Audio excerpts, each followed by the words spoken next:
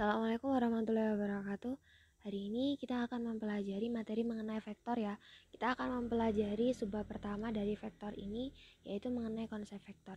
Sebelumnya perlu kalian ketahui, di materi vektor ini ada 5 subbab. Yang pertama, konsep vektor, operasi vektor, panjang vektor, perkalian skala 2 vektor, dan yang terakhir adalah proyeksi vektor. Nah, untuk pertemuan yang pertama ini kita akan membahas materi mengenai konsep vektor. Yang pertama yang perlu kalian ketahui mengenai pengertian vektor. Jadi apa sih vektor itu? Mungkin kalian sudah pernah mendengarnya di materi fisika ya, di pelajaran fisika.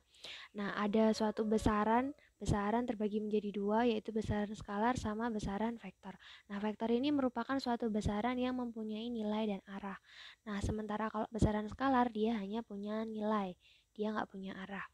Kemudian dia digambarkan dengan anak panah. Nah, seperti ini contohnya. Jadi ini disebut sebagai vektor AB, di mana A disebut sebagai titik pangkal dan B-nya disebut sebagai titik ujung. Kemudian nilainya dinyatakan dengan panjangnya anak panah. Jadi panjangnya anak panah ini menentukan besar dari nilai vektornya itu, besar vektornya itu ya. Kemudian kalau arahnya dinyatakan melalui arah anak panah itu sendiri. Jadi kalau ditanya vektor AB yang digambarkan di atas itu arahnya kemana? Arahnya bukan ke kanan atau ke kiri ya. Jadi arahnya adalah dari A ke B. Oke. Selanjutnya vektor pada dimensi. Ada dua. Jadi kita akan mempelajari vektor pada dimensi 2 dan dimensi 3. Seperti ini. Vektor di R2. Kita baca pelan-pelan ya bareng-bareng. Jadi vektor di R2 ini dinyatakan dengan pasangan bilangan yang dituliskan secara horizontal. Pasangan bilangan. Karena dia adalah pasangan, jadi pasti dinyatakan dalam dua bilangan. Si X sama si Y. Contohnya vektor AB negatif 3, 7. Ini contoh bentuk penulisannya ya. Kemudian kalau vektor di R3, karena R3, 3 sudah jelas pasti dia dinyatakan dalam 3 bilangan. Bisa vertikal atau horizontal. Nah, bilangan pertama pada vektor 2 dimensi atau di R2 ini, bilangan pertama itu menyatakan arah bilangan ke kanan atau ke kiri. Jadi kalau misalkan dia nilainya positif, berarti dia arahnya ke kanan. Kalau misalkan di sini dia nilainya negatif, dalam kasus ini negatif 3 ini ya. Jadi dia arahnya adalah ke kiri. Kemudian bilangan yang kedua, 7 ini dia menunjukkan arah vektornya ke atas atau ke bawah. Jadi besarnya dia ke atas atau ke bawah. Kalau positif berarti dia ke atas, kalau ke bawah berarti dia negatif nilainya. Pun begitu pula sama dengan yang R3. Karena 3 ini yang perlu kalian garis bawahi ya di sini. Jadi 5 di sini arahnya ke depan atau ke belakang. Karena dia positif berarti arahnya ke depan. Kemudian 9. 9 ini menunjukkan arah ke kanan atau ke kiri. Karena 9 positif jadi arahnya ke kanan. Dan seterusnya 5 yang terakhir ini dia menunjukkan kalau dia mengarah ke atas. Ya, jadi bilangan ketiga itu mengarah ke atas atau ke bawah. Karena positif berarti dia ke atas, kalau negatif berarti dia mengarah ke bawah. Ya. Selanjutnya kita akan memsketsakan sebuah vektor. Misalkan kalau kita punya vektor AB yang koordinatnya negatif 3, 7. Nah, maka menggambarkannya seperti apa?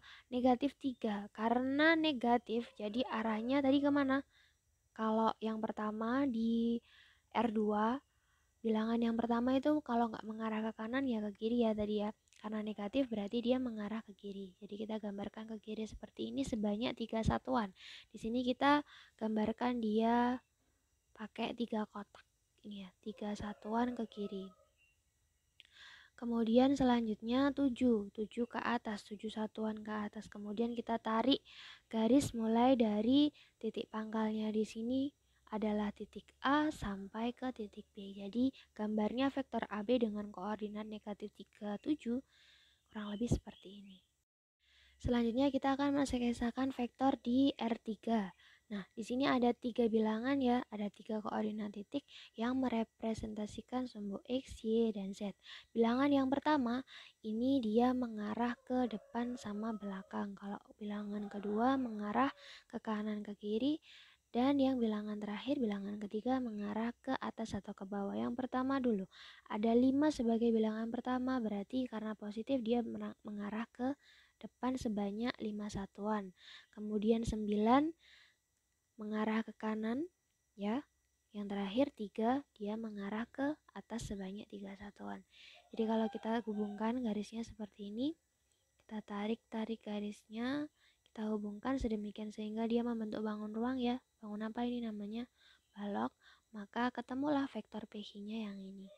Jadi vektor PH-nya digambarkan dalam anak panah yang berwarna merah ini. Itu ya. Semoga bisa dipahami sampai sini. Kemudian selanjutnya mengenai vektor posisi. Jadi apa itu vektor posisi? Vektor posisi itu menyatakan suatu posisi dari sebuah titik terhadap titik pangkal koordinat. Jadi di sini dia pangkalnya itu selalu ada di titik 0 ya. Dia selalu berpangkal di titik 0. Titik 0 itu koordinatnya adalah 0,0. Kemudian berujung di A. A-nya bebas ya, terserah. Dia bisa berupa 2 bilangan karena vektor di R2 atau berupa 3 bilangan kalau dia vektor di R3. Nah, dia vektor posisi itu selalu disimbolkan pakai O bla bla bla. Jadi kalau misalkan koordinat titiknya P, berarti vektor posisinya adalah OP. Gitu ya. Kalau misalkan titiknya Q, berarti vektor posisinya OQ. Atau bisa dinyatakan dalam ini, vektor A kecil. Kalau koordinat titiknya adalah A, maka vektor posisinya adalah A kecil. Kalau koordinat titiknya adalah B, berarti vektor posisinya bisa dinyatakan dengan B kecil. Jika koordinat titik A, X, Y, maka vektor posisinya dituliskan sebagai vektor posisi A pakai A kecil ini ya, atau sama dengan OA yang isinya adalah si XY. Berarti kalau dia koordinat titiknya terdiri dari 3 bilangan X, Y, Z, ya berarti vektor posisinya juga dituliskan dalam koordinat 3 bilangan. Seperti ini. Nah, langsung saja kita masuk ke contohnya. Kita akan mensketsakan vektor posisi A, OA dengan koordinat 5, 4. Nah, karena vektor posisi ini selalu berpangkal di titik 0,0, jadi kita menggambarkannya pakai koordinat kartesius. Jadi ada identitas sumbu X sama sumbu Y-nya. Sumbu X-nya yang ini, sumbu Y-nya yang ini. 5 menyatakan bilangan yang mengarah ke kanan atau ke kiri. Ke kanan ya, karena dia nilainya positif. Jadi 5 satuan ke kanan, kemudian 4 satuan ke kiri. Tinggal kita tarik garis. Nah, jadi vektor OA-nya adalah yang ini. Atau kita simbolkan pakai vektor A kecil. Itu ya. Kemudian, kalau kita mau mensketsakan vektor di R3. Nah, ini. Misalkan kita mau mensketsakan vektor OH, vektor posisi H dengan koordinat 255. Maka gambarnya akan seperti apa? Bilangan yang pertama 2 mengarahnya ke depan atau ke belakang. Jadi 2 dari sini ya. Kemudian 5 ada di sini. Kemudian 5 yang terakhir ada di sini. Yang terakhir kita tinggal menghubungkan mereka.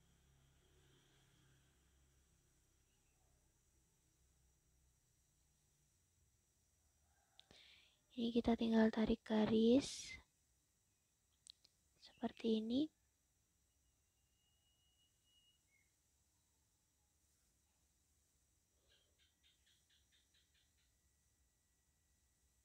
Nah, berarti koordinat dari vektor 255, vektor posisinya ada di mana? Kita tarik dari ini, titik pangkalnya ada di sini ya. 0, tarik ke sini. Nah, jadi ini adalah vektor posisi H atau OH, kesamaan vektor. Jadi dua vektor itu dikatakan sama kalau dia memenuhi dua syarat ya. Yang pertama, dia harus keduanya memiliki panjang yang sama. Kemudian arahnya juga sama. Nah, rangkumannya seperti ini. Kalian bisa simak ya. Jadi kalau misalkan vektornya ada di R2, ada vektor U dengan koordinat X1, Y1, dan vektor V dengan koordinat X2, Y2. Vektor ini dikatakan sama, U sama dengan V kalau jika dan hanya jika X1-nya sama dengan X2, Y1-nya sama dengan Y2. Pun begitu pula dengan vektor di R3. Karena R3 memuat 3 bilangan, jadi Z1-nya juga sama dengan Z2-nya. Selain X1, X2, Y1, dan Y2-nya. Gitu ya. Langsung saja kita masuk ke contoh soal. Misalkan ini, diketahui koordinat titik A ini, B ini. Kita disuruh menentukan nilai dari vektor AB-nya. Untuk menentukan nilai vektor AB-nya, maka langkah yang harus kita lakukan adalah dengan mengurangkan koordinat titik B dengan koordinat titik A. Koordinat titik yang belakang dikurangi dengan koordinat titik yang di depan AB, berarti B dikurangi A. Jadi XB dikurangi XA, YB dikurangi YA, ZB dikurangi ZA. 4 dikurangi 2, negatif 2 dikurangi 8. Kemudian 7 dikurangi negatif 9. Ketemu itu, jadi ketemu vektor AB-nya adalah 2, negatif 10, dan 16. Semoga paham sampai situ. Kemudian contoh soal yang kedua. Ini terkait dengan persamaan vektor. Diketahui koordinat titik P, Q, R itu. Nah, ini karena koordinat titiknya ada 2, berarti dia adalah vektor di R2 ya. Ya. Diketahui juga kalau nilai PQ, vektor PQ sama dengan vektor RS.